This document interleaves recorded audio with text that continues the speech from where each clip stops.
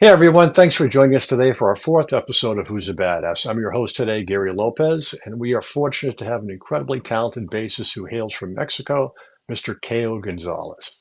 Good. How are you? Welcome to Who's a Badass. Great to have you here today. Thank you. Yeah, I'm happy to be here. Thank you so much. One of the things that I'd like to do on these is kind of start from the beginning to get an idea of how you became the player that you are now. Okay. Did you start on bass? Was it another instrument or? I did, contrary to I guess most bass players, which is very peculiar, at least the ones that I know. I think most do start on guitar, but I did start on bass, right? Oh, And I was to be 14 years old, right? And I remember I was in middle school here in Mexico, and my best friends were a guitar player and a drummer. perfect. So there was no bass player. Now, I've told this story many times, and the album that actually made me want to become a bass player Hmm. is the album with the least bass mixed in it, Mm. and Justice for All, right? Ah, So I had just gotten into Metallica and with that album. And I thought that what I was listening to, the guitars, the rhythm guitar have a lot of low end, right? right. So I thought that was bass. Obviously, pretty quick, I was informed that that was not bass, but I was okay because then I got my hands on a Cliff Amal Mm. uh, videotape, and the moment I saw Cliff Burton play, I was like, I want to do that, and it was the whole package. I was like, I want to play like that, be on stage like that, and I want to inspire the way I'm feeling inspired by watching that. It was the whole experience, and that set the precedent for me in regards to what I wanted to do and how I wanted to become or what I wanted to become as a bass player. I guess my influences as a bass player were what I called mostly non-traditional bass players. You know, Mhm. like Cliff Burton, Les Claypool, Geddy Lee, Wow. even Flea at times, right? Hmm. Billy Good from Faith No More, Justin Chancellor. So they're bass players that I think go beyond the mold of what a bass player should do and should be, and that's basically what I wanted to do and what I set myself in regards to how I wanted to, or the bass player I wanted to become. Right, so that Interesting. that set the stage basically. So fingers versus picks. I'm a finger player, and it's not that I don't like the sound.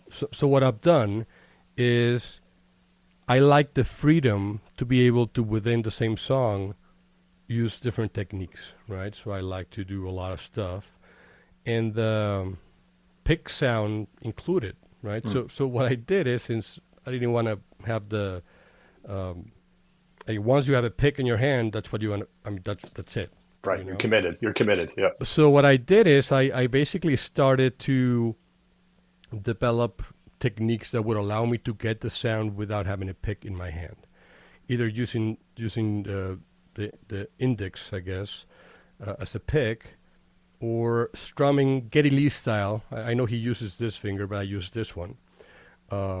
So kind of flamenco style, kind of like a hybrid between Geddy and Les. I think that's the way I would probably describe it. Interesting. Yeah, I think some of the bass players I've talked to, they seem to think that or know that there's a bit more versatility to the different tones they can get out of the bass by using their fingers. Plus the punch, Right. I mean, there's a different punch when you're playing fingerstyle. Plus, my attack is, I mean, I have a hard attack on the string, so that adds to the tone, you know. So when I use a pick, I feel a lot of that goes away. Even though I like the sound, Yeah. I feel that even my nails will give me a little bit rounder sound than the pick. Yeah, I think when I'm listening to your music, if I didn't see you playing, I'd never seen you play before. There were moments where I definitely would have thought, "Oh, he's using a pick." The articulation is so clear and distinct that you could be fooled easily if you're just listening and not seeing you play. I think what I've done is I basically put in a melting pot all the sounds and styles, influences that I like, and that includes several bass players that do play with a pick, Right. right? So tone-wise, I think that stays with me in regards to I play with fingers, but I would do like the sound. So how can I get there? And that was a journey on itself, you know. And I remember starting up. Now, bass players didn't have many tools, as many as we do now. Right. So it was your bass direct, sometimes even direct to the mixer, not even through an amp, right? So, but I was always very. I mean, I knew how I wanted to sound. I mean, probably I wasn't there yet, but I knew what I wanted. Right. So from the start, I always started exploring, experimenting with effects, the amps, the basses, to trying to get there, right? So. I mean, my journey into using pedals and effects started early on, and even then, I think my first pedal was one of those Telray Chrome Morley was, Oh, right. Right. Wow. Interesting effect for a bass, right? that I still have. Wow. I mean, now I use the newer models just for practicity, and obviously that was the Cliff Burton influence, right? Because Right. I paired that with distortion, right, to get that sound, right? So, and for me, always it's got to sound right. So everything I've done in regards to my bands, my music, playing live, recording, everything I do, bass has to sound the way I envision and how I hear it inside of my head. I think that's fascinating. It is because the conversations I've had previous with Rudy Sarzo, Freddie Washington, very similar common thread there. They hear a bunch of different players that they kind of gravitate towards, and then they just start absorbing Yep. what they really are attracted to in that particular style. And they're just constantly going for that sound in their head. And in fact, there was one really quick story that Rudy had talked about. He met John Entwistle, and John, he asked John, how did you get your sound? Who's your influences? And he said, I saw this guy play in this place, and I heard him using his fingers, and I heard all this stuff happening. Well, apparently, John Entwistle interpreted it as he was doing it with his hands, but it was a delay in the room. It was such a big place, it was bouncing off the walls. So therefore, that's the sound that John was trying to get in his head. And so eventually he got to the point where he was doing it with his fingers, but also delay effects and other effects to get there. So, That's I think that's a lost art, you know. mm, And what happens now is when I started, and I guess when most of us from our generation started, in my case, for most of my influences, I didn't actually see them play. I could only listen to what they mm, had in the mm, recordings. What you mentioned is basically how I came up with technique because I'm mostly self-taught, right? And trying to come up with those sounds I was listening to in regards to the technique and and the tone, and that was my learning experience. You know, mm. coming up with that. How do I make it sound that way?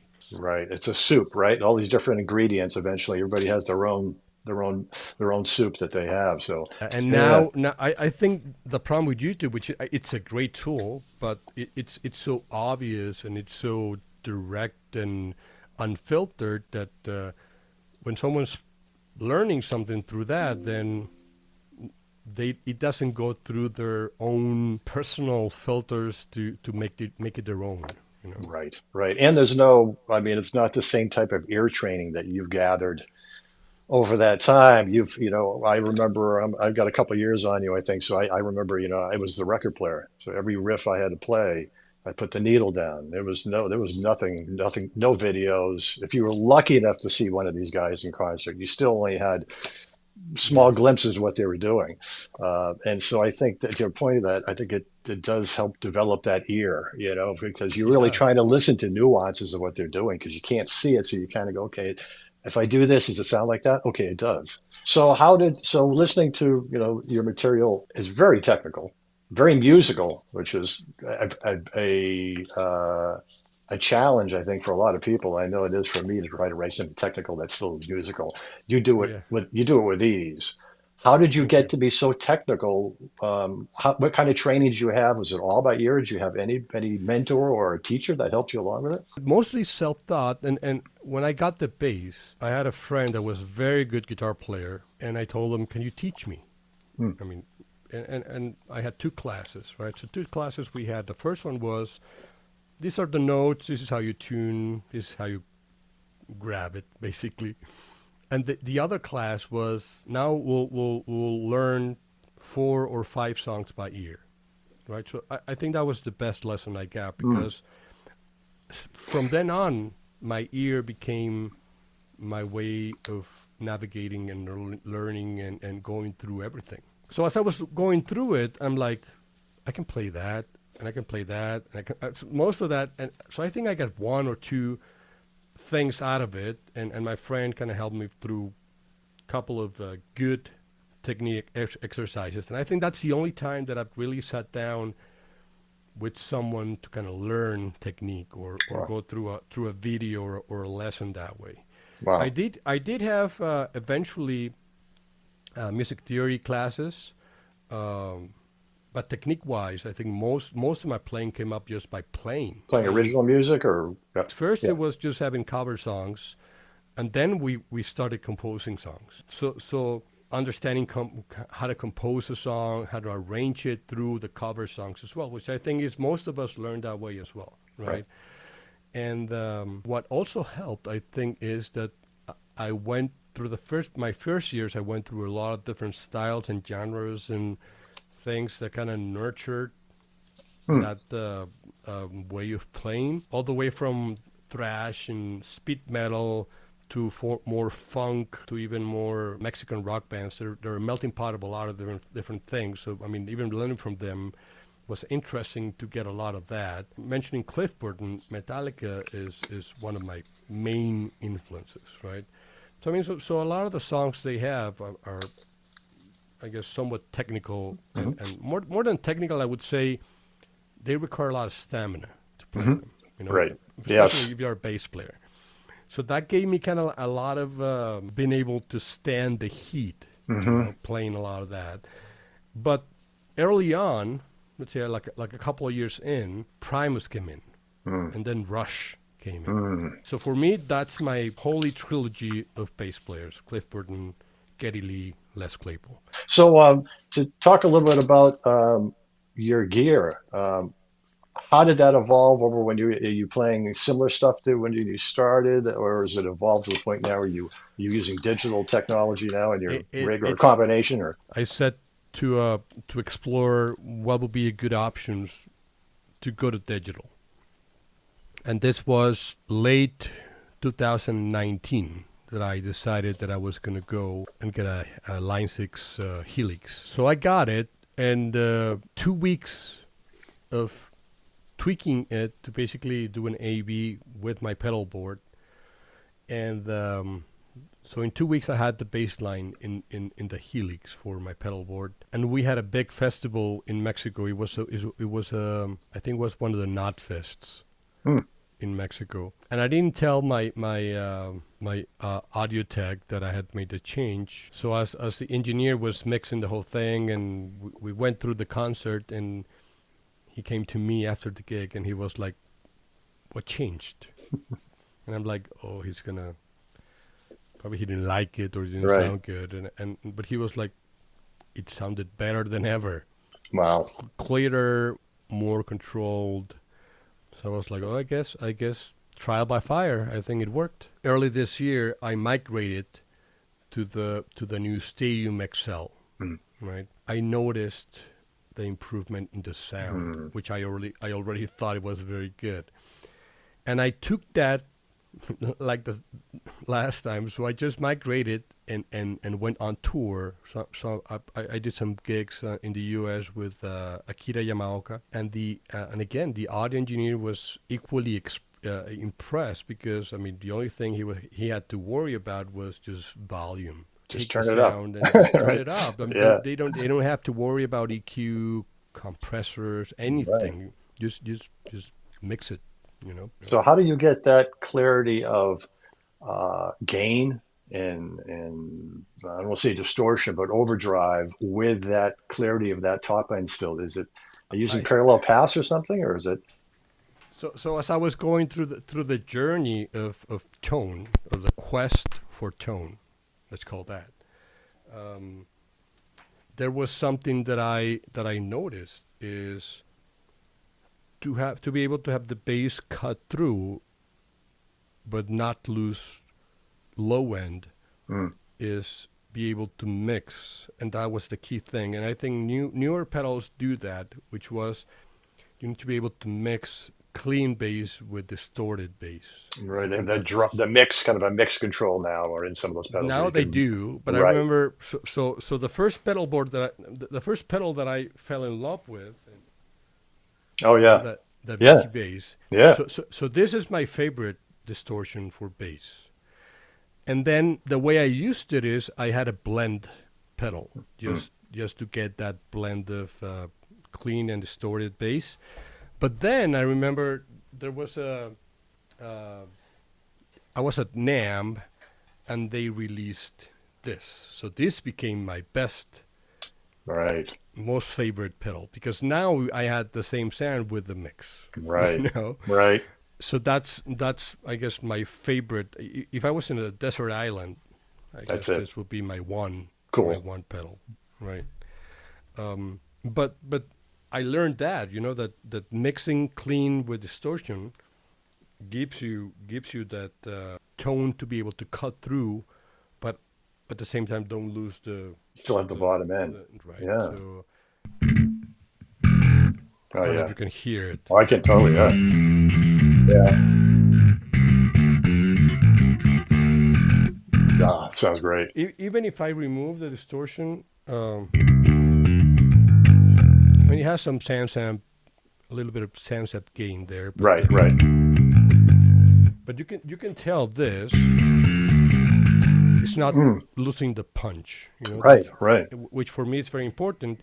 The articulation and the clarity comes from the excited top end with the distortion, and even if you listen to a let's say a moving pictures or any late '70s album, Hmm.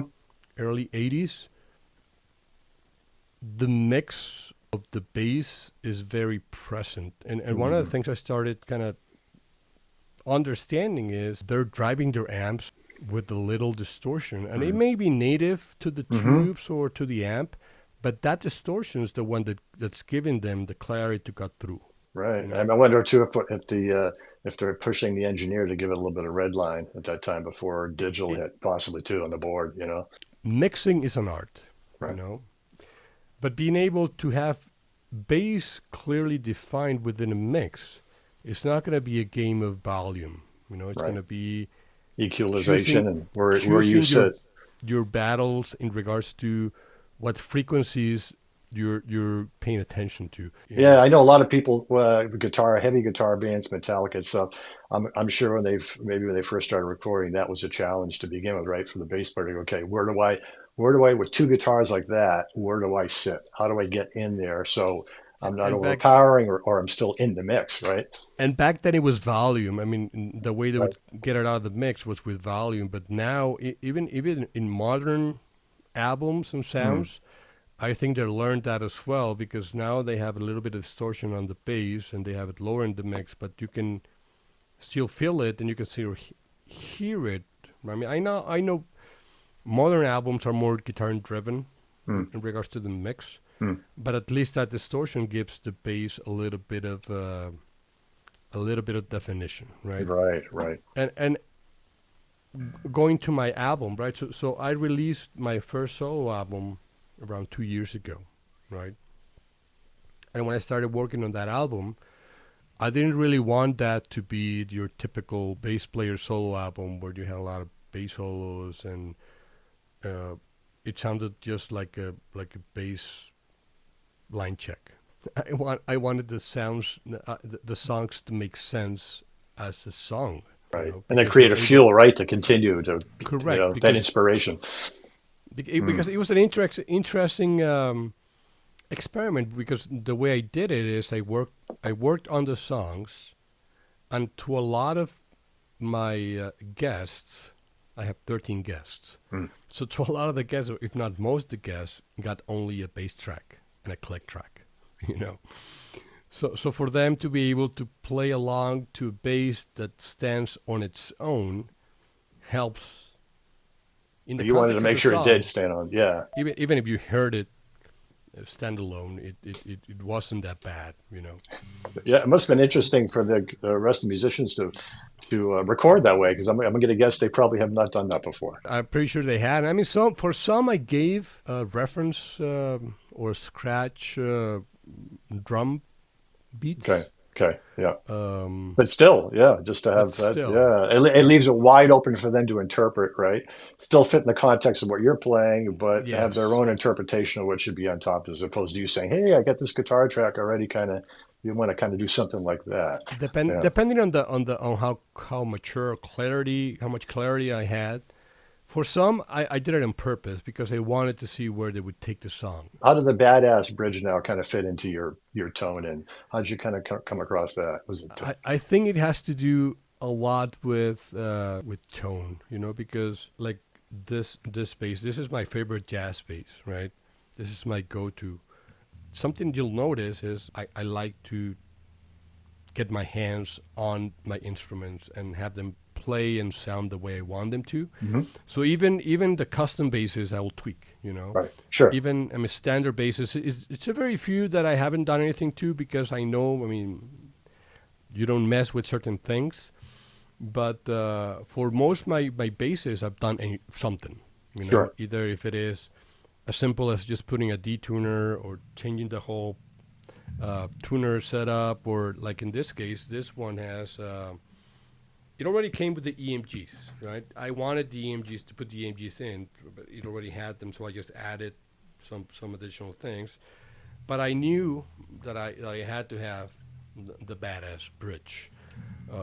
Particularly for all my Fender basses, they need to have it because I mean the high mass bridge gives it weight and gives it more attack and attitude. And my playing, I have a hard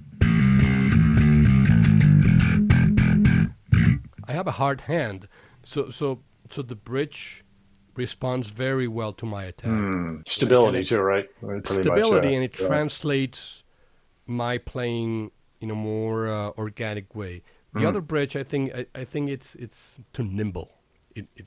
I feel it's Yeah. hurting. It's hurting when I play through that. And I want to think that who pointed me in that direction was Geddy Lee. Wow. You Right. know, I want to think he was the Mm. one that I saw had that, and I said, I'll try that. You know, Mm. but I had already felt that bridge. You know, I mean, Yeah, I back mean, they then, were great for the time, right, when they came out, but at that there was no such thing as a bass upgrade, right? There were no, yes.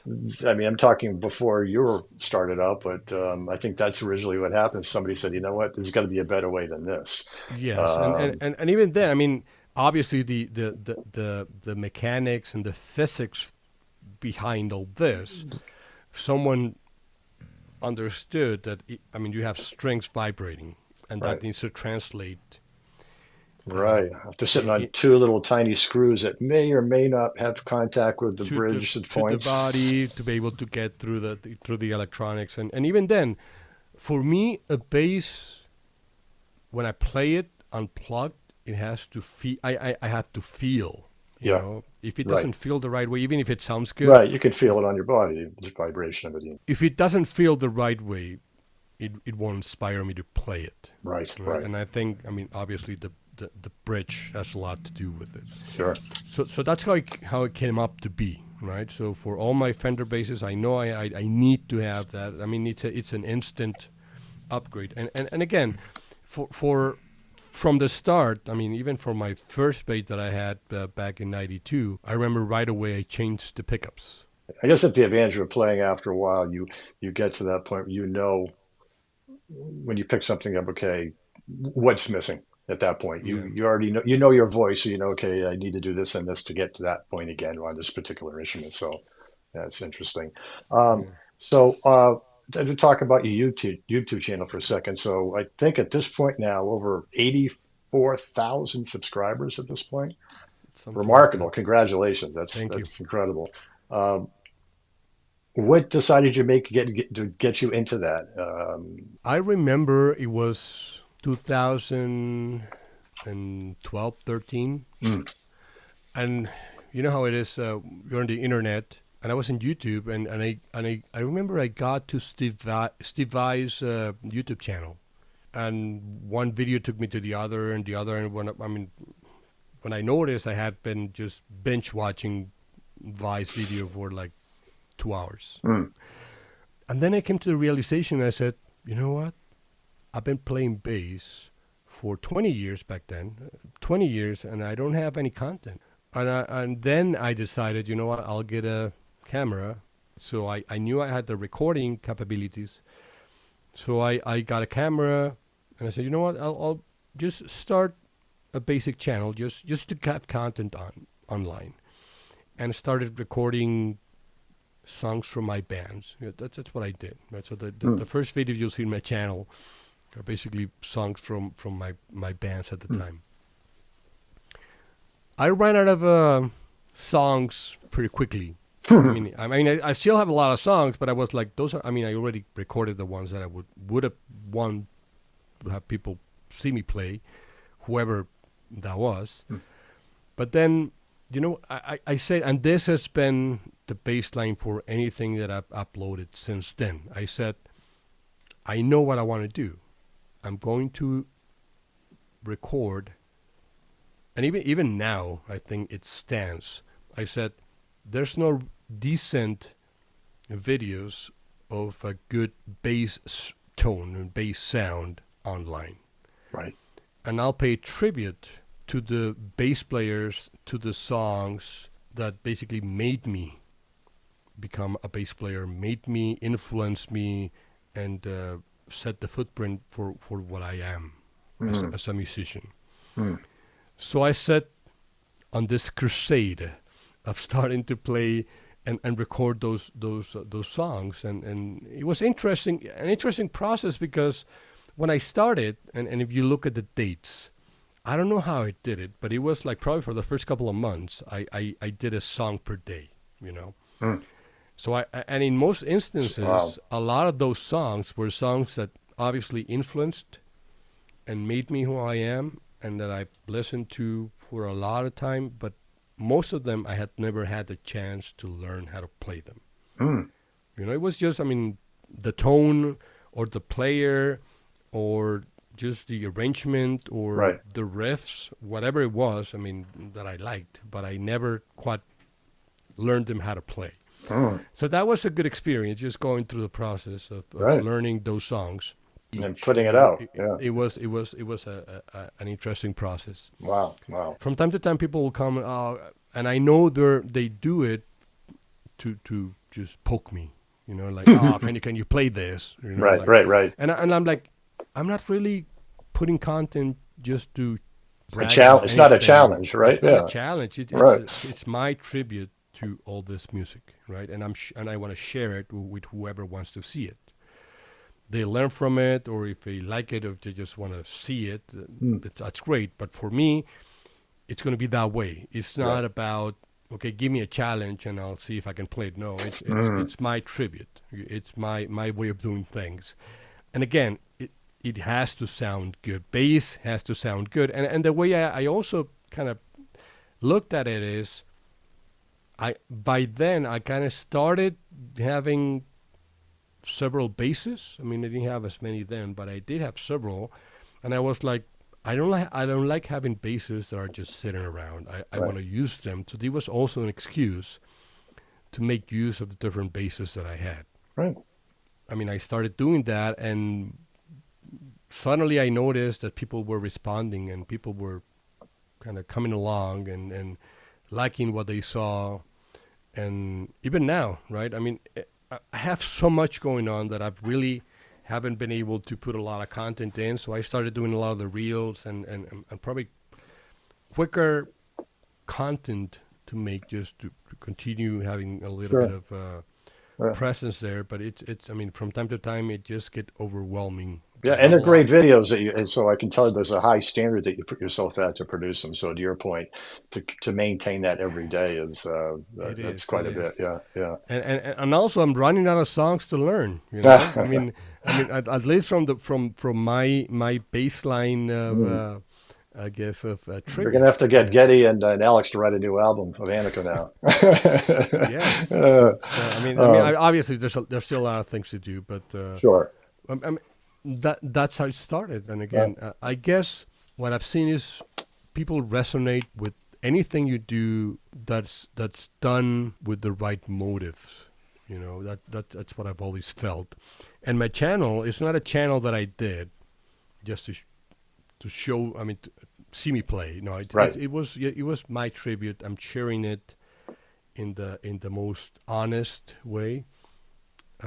Obviously, the focus on bass sounding good, I think, was also something that resonated with the bass players. And to see some of these really technical parts being played up front, is, again, didn't have that advantage when I was younger, but I can imagine that that is as a bass player to be able to see that and go, that's how it's done. Okay. Yeah. I know many people have approached me even locally saying, you know, I learned. I mean, cover bands saying I learned to play all these songs by watching your videos, Right. and I Fantastic. feel honored that I've been able to help that way. You know, That's because fantastic. I mentioned the process, right? So whenever I record any of those songs, I really sit down and try to not just the tone, try to make sure I'm playing it the right way. You Right. The know, energy, the feel of it. Yeah. Yeah. yeah, That's awesome. I can't thank you enough for spending time with us today here. This is just a my treat for pleasure. me. It was great to be able to talk with you. I've got one more question here for you. What would you give advice for, for younger people now? Is there anything particular that you would say to somebody just starting out bass? Anything that you think that, yeah, this might help? Honesty in what you do is the most important thing. And what that means as a bass player starting up is don't give up on what you like and how you want to sound, how you want to play.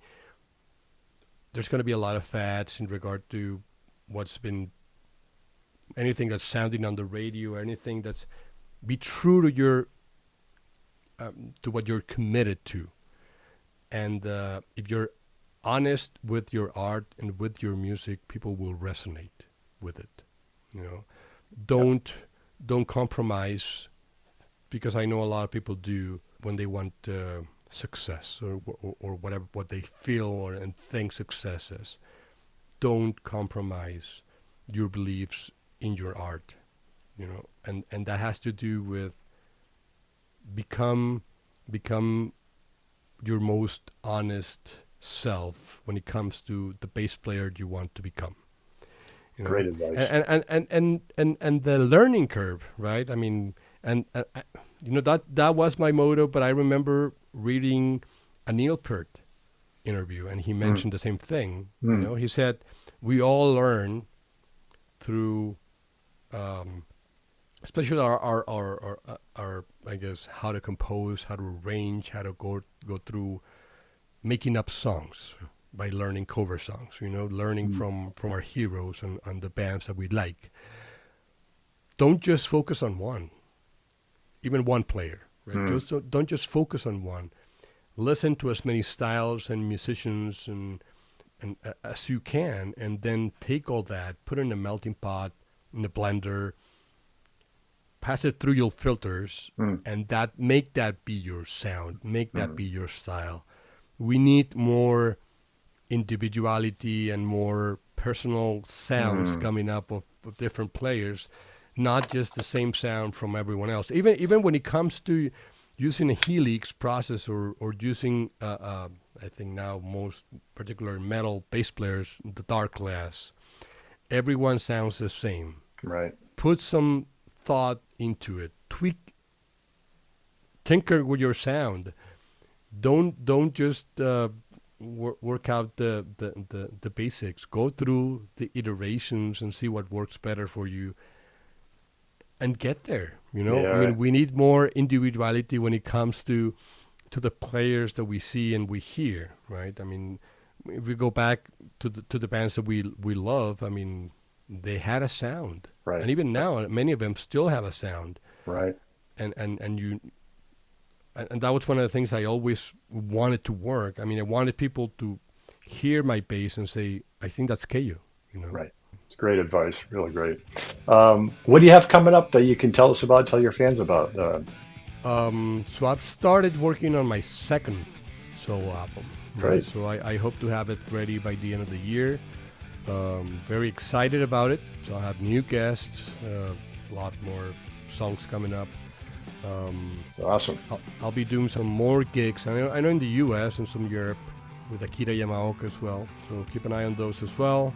And I guess I mean just continue working on new music. I think that's the music can't stop. I mean, and for us players, I mean, we can't stop just playing. Yeah, you're right. It's not so an option. so for me, it's not an option. Mm, So more music coming up, great. and thank you for having me. Thank Um, you. So honored to have you here. And I know we met at NAMM just briefly, but it was a pleasure to have you here. And I'm sure our listeners are going to be overjoyed to hear this interview. So thanks again, and safe travels on your tour. And I hope to see you on the road. Thank you. All right.